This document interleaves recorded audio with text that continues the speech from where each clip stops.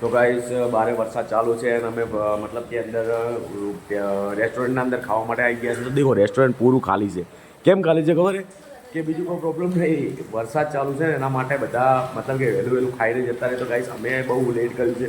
તો ગાઈસ અમે બેસીએ અને જો ગાઈસ અમે ઘરે બી લેટ ખાઈએ ને અહીંયા પણ લેટ ખાઈએ. તો ગાઈસ હું પહેલાં બેહાડું છું અમારી મિસિસને, તો 10 સીટે. તો ગાઈસ અહીંયા સીટ તે એન્ડ હવે હું ટ્રાય કરું છું ગાઈસ. તો ગાઈસ અહીંયા અમારું સીટિંગ ચાલુ છે ગાઈસ. તો ગાઈસ અમે ખાઈએ ને પછી તમને વાત કરીએ, ત્યાં સુધી વ્લોગમાં બન્યા રહો ગાઈસ. ગાઈસ મને એક વસ્તુ ખબર નથી પડતી, મતલબ કે આપણા શહેરથી અહીંયા બધું થોડું અલગ છે. થોડું નહીં, બહુ અલગ. હું અહીંયા ખાવા બેઠો છું. હવે જે વસ્તુ ત્યાં આગળ 50માં મળે ને અહીંયા એના 500 છે. તો ગાઈસ મને એ વસ્તુ સમજ નથી આવતી કે અહીંયા શું છે, શું પ્રોબ્લેમ નથી. એ જ વસ્તુ દેખવાનું છે.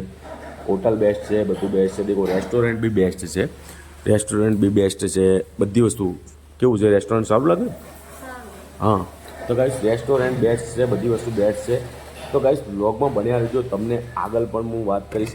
કેમ કે જેટલી વસ્તુ છે ને હું આગળ તમને દેખાડીશ ગાઈસ. પણ ગાઈસ એક જ વસ્તુ હું જો મારું માનો ને તો એ યાદ રાખજો કે રેસ્ટોરન્ટનું ખાવા કોઈ દિવસ ખાતા નહીં. એનું કારણ છે, એનું કારણ એમ કે બહુ મોંઘું હશે, બહુ મોંઘું એટલે બહુ લૂંટો. એટલે સીધું આપણે ગુજરાતી ભાષામાં કહે ને કે ભાઈ કાપીને આ છરો મૂકી દે, એ ટાઈપનું છે. અહીંયા 50 આપણે દિશાની અંદર 50 હશે તો અહીંયા 500 છે. એટલું યાદ રાખીને ગાઈસ તમે બેજો. કેમ કે હું અહીંયા બેઠો છું, લોકેશન પ્રમાણે બેઠો છું ગાઈસ. તો તમારું શું કહેવું હોય?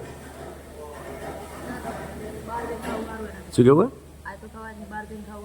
એવું છે એમ ને, બરાબર. તો ગાઈસ જો બધાની ઇન્ફોર્મેશન આ જ છે ગાઈસ, અને આ જ છે, તમે યાદ રાખજો ગાઈસ. એટલે આ બધું બ્લોગમાં બની આવજો ગાઈસ. સપોર્ટ કરતા રહેજો.